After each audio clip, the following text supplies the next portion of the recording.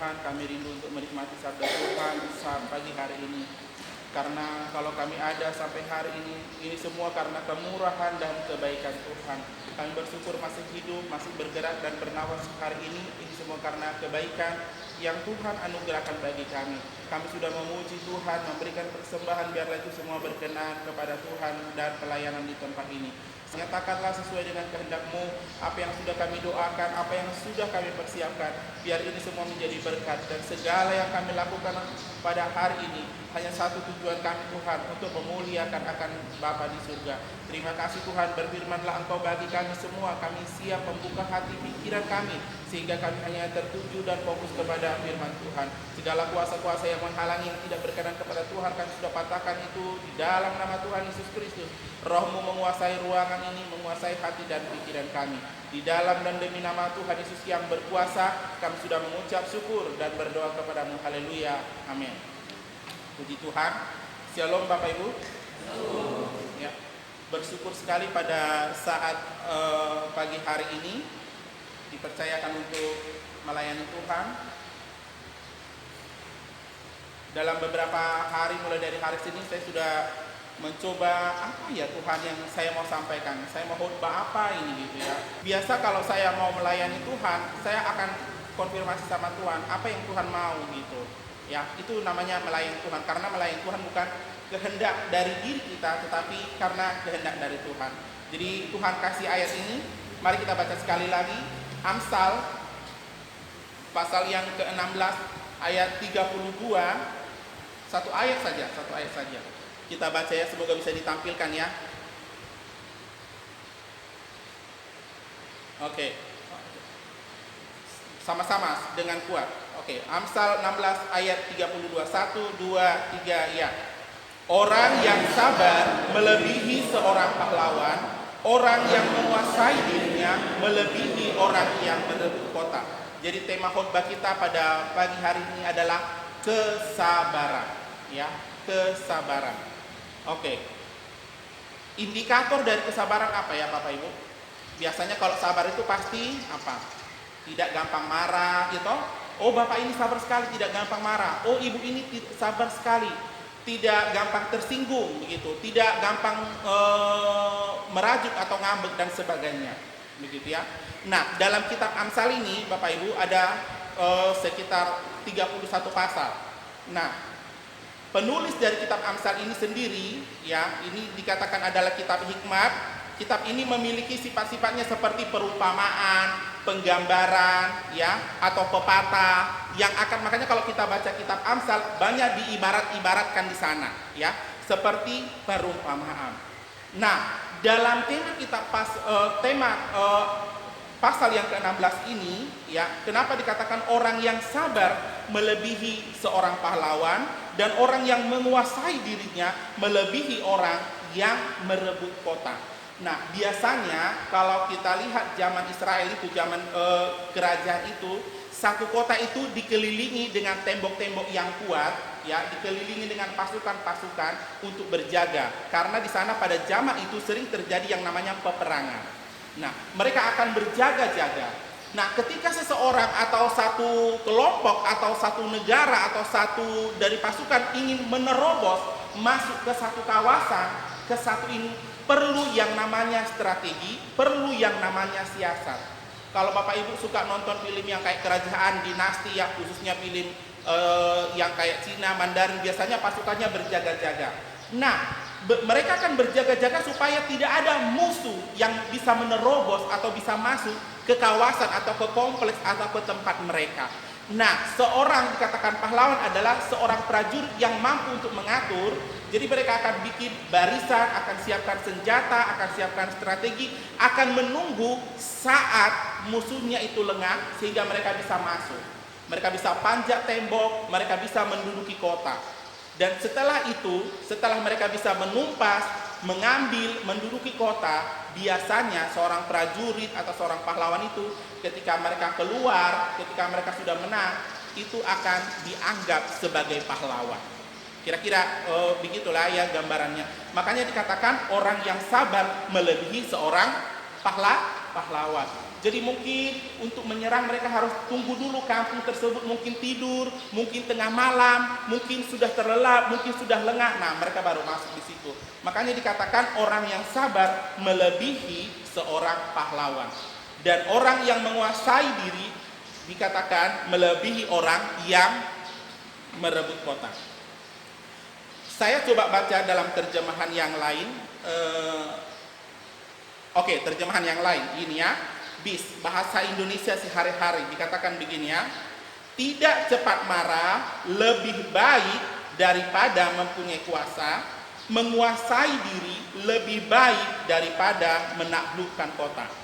Hampir sama, tapi kita akan lihat beberapa perbedaannya. Kalau dari terjemahan firman Allah yang hidup dikatakan bahwa orang yang lambat marah lebih baik daripada orang yang perkasa, menguasai diri lebih baik daripada menguasai bala tentara. Tapi kalau terjemahan lama dikatakan barang siapa yang menahani nafsunya itu lebih besar daripada seorang puluh balang, dan orang yang memerintahkan hatinya sendiri itu lebih besar daripada orang yang mengalahkan sebuah negeri. Nah, dari tiga terjemahan ini intinya adalah bahwa orang yang sabar itu lebih kuat, lebih hebat daripada orang yang mampu mengalahkan, yang akan menjadi seorang penguasa atau dikatakan hulu balang. Artinya kesabaran ini sangat penting. Yang bisa mengukur seseorang itu sabar siapa? Saya bisakah mengatakan, oh Bapak Gembala saya ini sangat sabar. Tapi menurut Bapak Gembala saja mungkin dia tidak sabar. Apakah saya berkhotbah begini saya sudah termasuk kategori sabar? Belum tentu. Saya juga bisa marah. Tapi yang dimaksud dengan sabar adalah bahwa kalau dalam bahasa Ibrani dia ditulis kata erek gitu ya, erek. Artinya adalah tahan menderita gitu.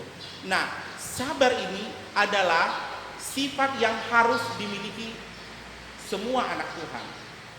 Mungkin kita punya rasa kesabaran atau hal kesabaran itu, tapi kadarnya berbeda-beda. Ada orang yang cepat tersinggung, ada orang yang lama tersinggung. Tapi intinya semua kita butuh latihan untuk bersabar. Termasuk menghadapi keadaan yang terjadi sekarang, coronavirus ini. Banyak kita mengeluh, banyak kita kehilangan pekerjaan, banyak kehilangan pendapatan. Tapi apa mau dikata, memang Tuhan sedang mengajar kita untuk bersabar. Karena bersama dengan Tuhan kita pasti mampu melewati semua ini. Ya, coba kita lihat secara list next ya. Oke. Sabar. Ya, dikatakan begini. Sabar itu adalah ilmunya tingkat tinggi, belajarnya setiap hari, latihannya setiap saat, ujiannya sering mendadak, dan sekolahnya seumur hidup. Ini adalah salah satu kata bijak yang dulu saya dapatkan. Kalau ada sekolah kesabaran, S1 kesabaran, mungkin kita semua akan ikut kuliah di sana. Karena sekolahnya seumur hidup. Baru dikatakan belajarnya setiap hari. Ketika kita keluar dari gereja ini, kita sudah diperhadapkan dengan hal yang namanya sabar. Apakah makanan tidak ada di rumah? Gitu. Saya setelah memiliki anak, kesabaran saya makin lagi gitu, ya. Kalau istri saya sibuk hanya dengan mengurus anak sampai lupa untuk masak segalanya, saya harus terjun untuk melakukannya supaya kita sama-sama makan. Saya jadi Tuhan mengajarkan saya untuk hal-hal begini. Dan dikatakan apa? Sekolahnya seumur hidup. Artinya apa? Tidak akan selesai. Ya. Sabar, ya. Dalam bahasa Yunani ditulis makrotumia, gitu ya. Gabungan dari makro panjang dan kata tumos atau temperamen. Ya, jadi dikatakan, jadi kesabaran artinya kemarahan yang memerlukan waktu yang panjang. Istilahnya lama sekali dia untuk marah. Begitu. Ya, jadi dikatakan bahwa dalam bahasa Yunani dikatakan kesabaran itu adalah orang yang memerlukan waktu yang sangat panjang, yang sangat lama untuk dia bisa dapat untuk marah. Oke, apa yang membuat kita tidak sabar Bapak Ibu? Coba kita lihat. Apa yang membuat kita tidak sabar?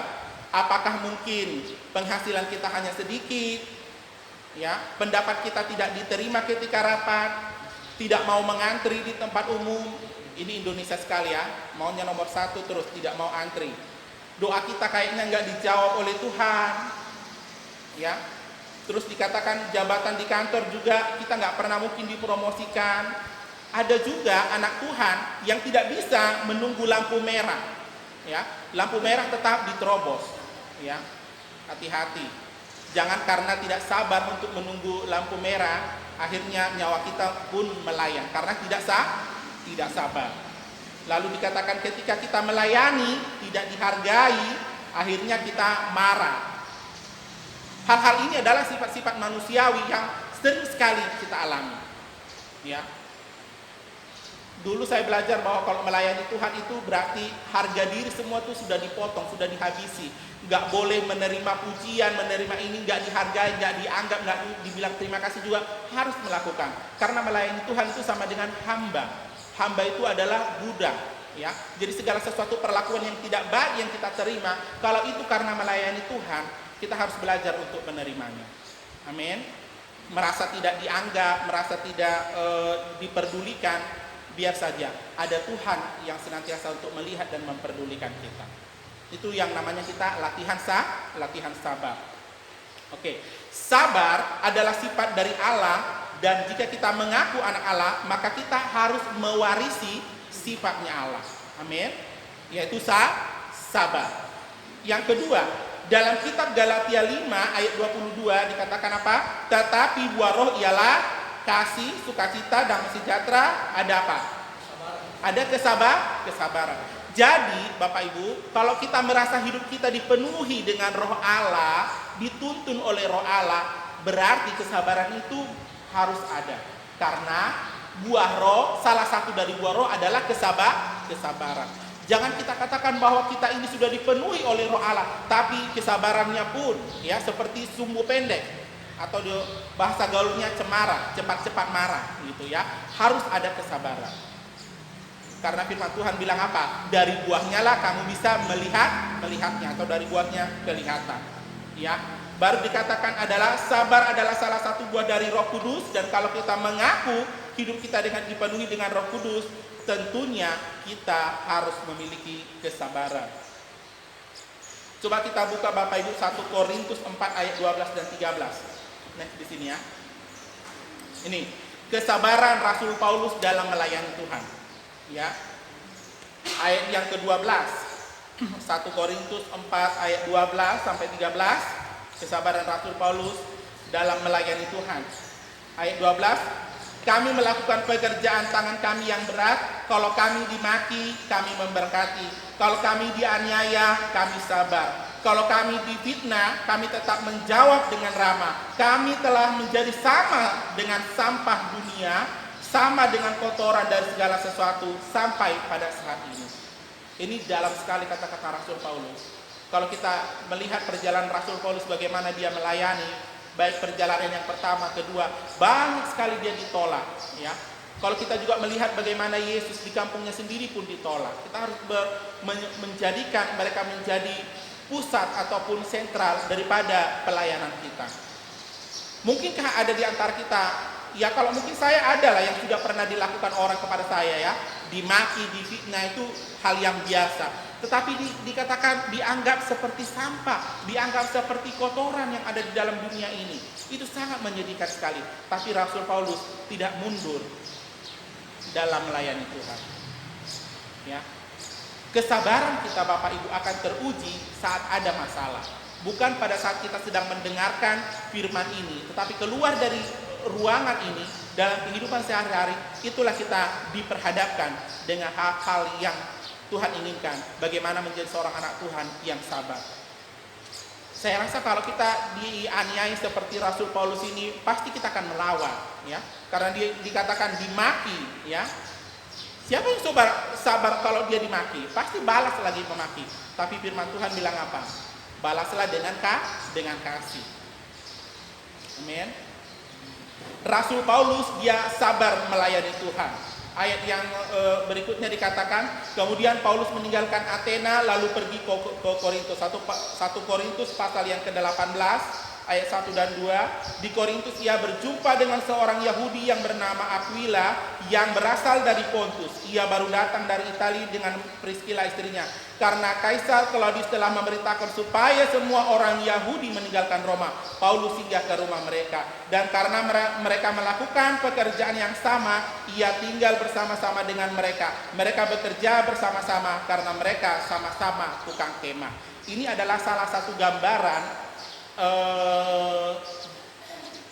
beberapa aliran gereja menganggap bahwa kalau engkau melayani Tuhan, engkau harus hidup dari apa yang engkau layani.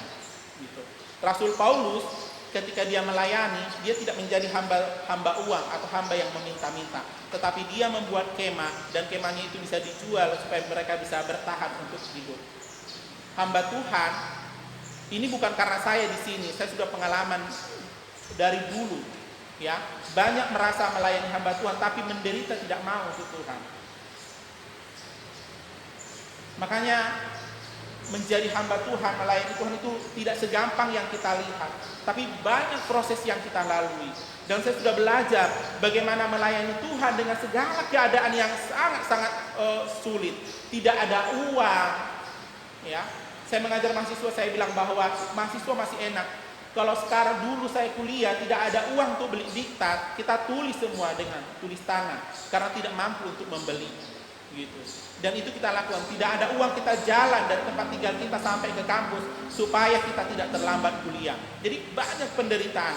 Saya menyaksikan dan mendengar cerita-cerita bagaimana hamba Tuhan yang melayani Tuhan dalam keadaan terjepit, dalam keadaan terpaksa. Tapi saya percaya bahwa orang yang melayani Tuhan tidak akan mungkin Tuhan permalukan. Yang Tuhan inginkan adalah mengukur bagaimana kesabarannya. Saya mendengar Bapak Gembala saya dulu berkata bahwa sudah tidak ada beras yang mereka makan. Mereka tinggal berdoa, ada aja nanti orang yang taruh beras di depan pintu gitu.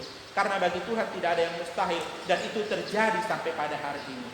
Kalau kita menjadi orang yang bersabar, bukankah sesuatu roh Allah sudah kita miliki, buah roh itu berbuah di dalam kehidupan kita.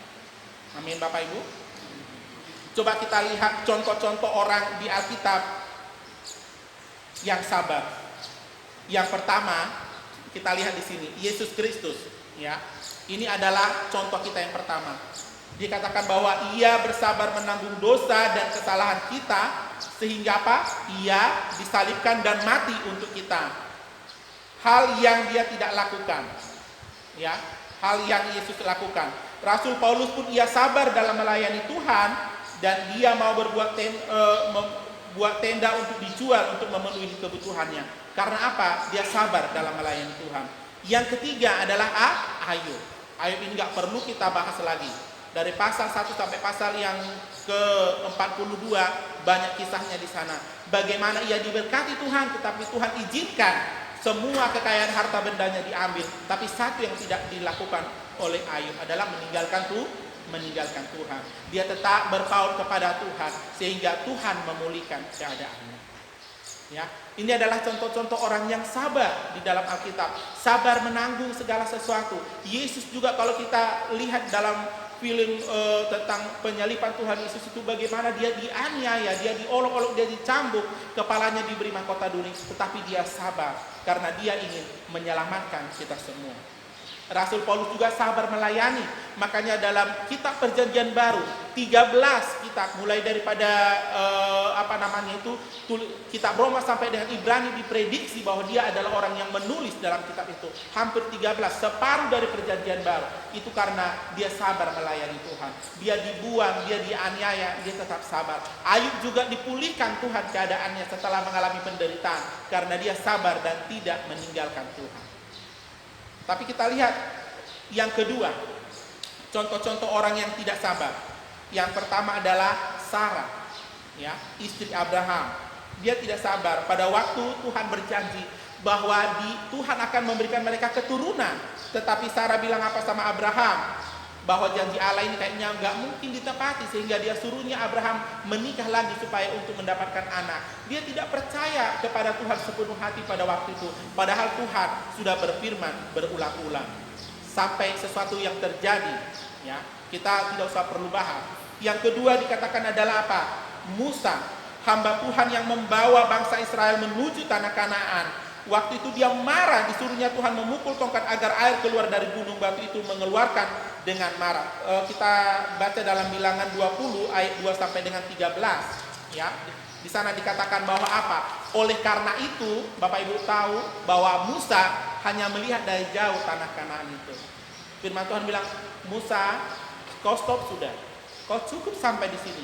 Karena kau tidak menghormati kekudusan namaku di depan umatku, kau tidak akan menginjakkan kakimu di tanah Kanaan yang berlimpah susu dan madu."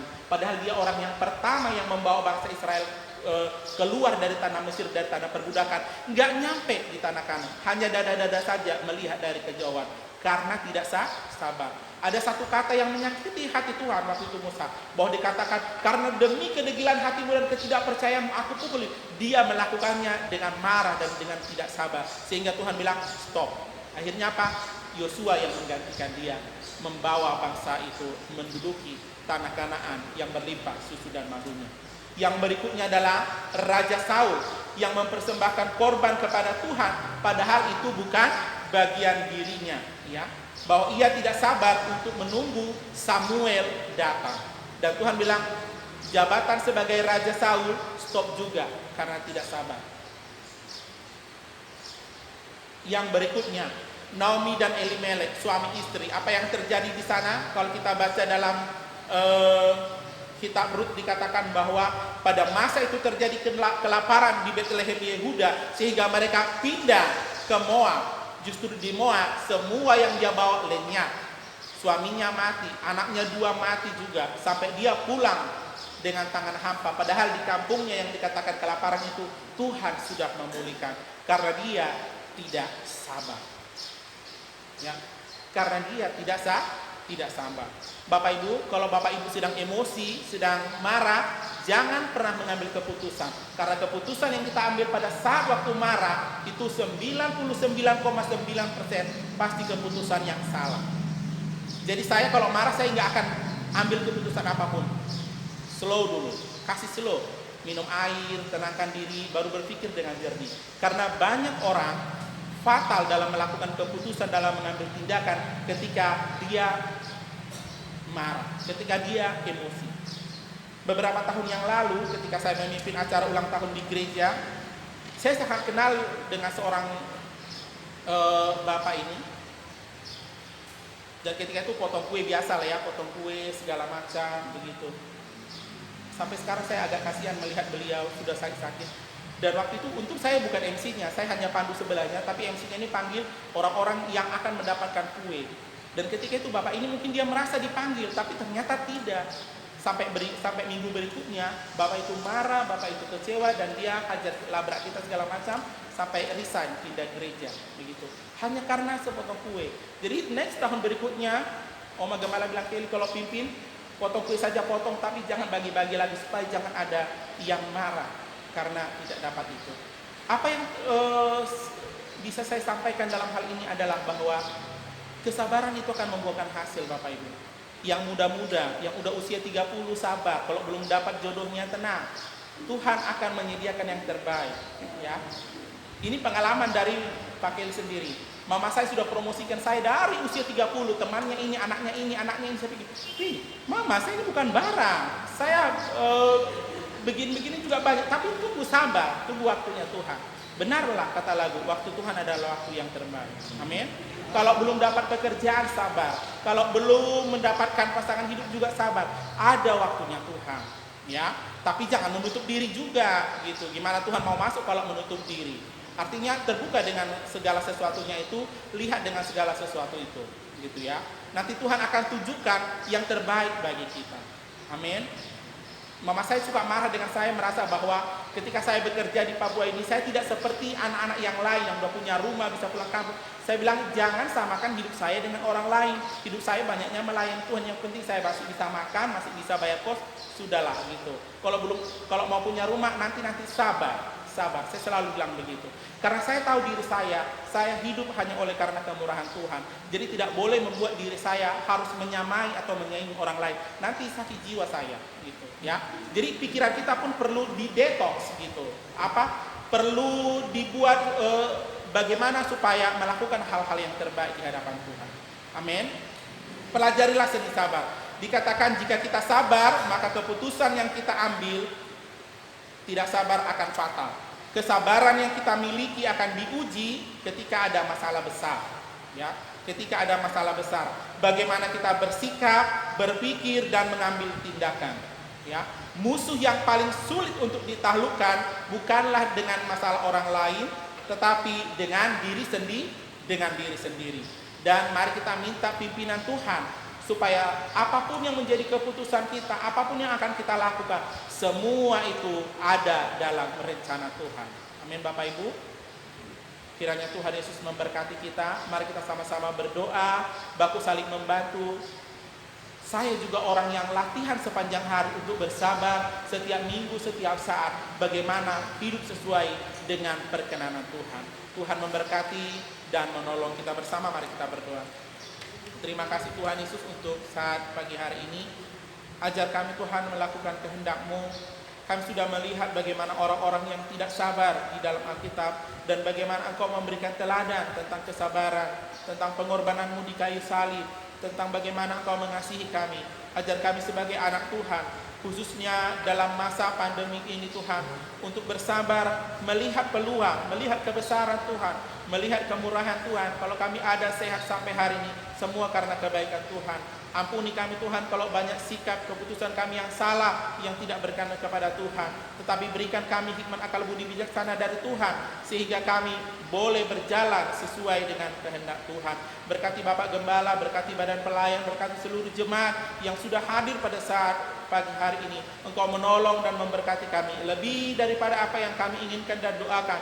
Engkau tahu isi hati kami. Tuhan menolong dan memberkati kami. Terpujilah nama-Mu Tuhan Yesus Kristus. Ini yang menjadi doa dan seruan kami kepadamu. Di dalam nama-Mu yang penuh dengan kuasa itu, Tuhan Yesus Kristus, kami sudah mengucap syukur dan berdoa kepadamu. Haleluya. Amin. Puji Tuhan Bapak Ibu. Saya akan kembalikan kepada Bapak Gembala. Tuhan memberkati kita. Shalom. Mari kita beri kemuliaan bagi Tuhan. Masalahnya bukan pada virus corona, tapi masalahnya pada kesabaran. Amin. Terima kasih Pak Kelly, Tuhan memberkati untuk tema hari ini, betapa berharganya kesabaran. Jadi sabar, segala sesuatu ada masanya ya. Corona ini akan berlalu. Amin. Karena Tuhan berkata, Tuhan membuat segala sesuatu indah pada waktu. Jadi yang perlu turun jalan sekarang ini adalah kesabaran.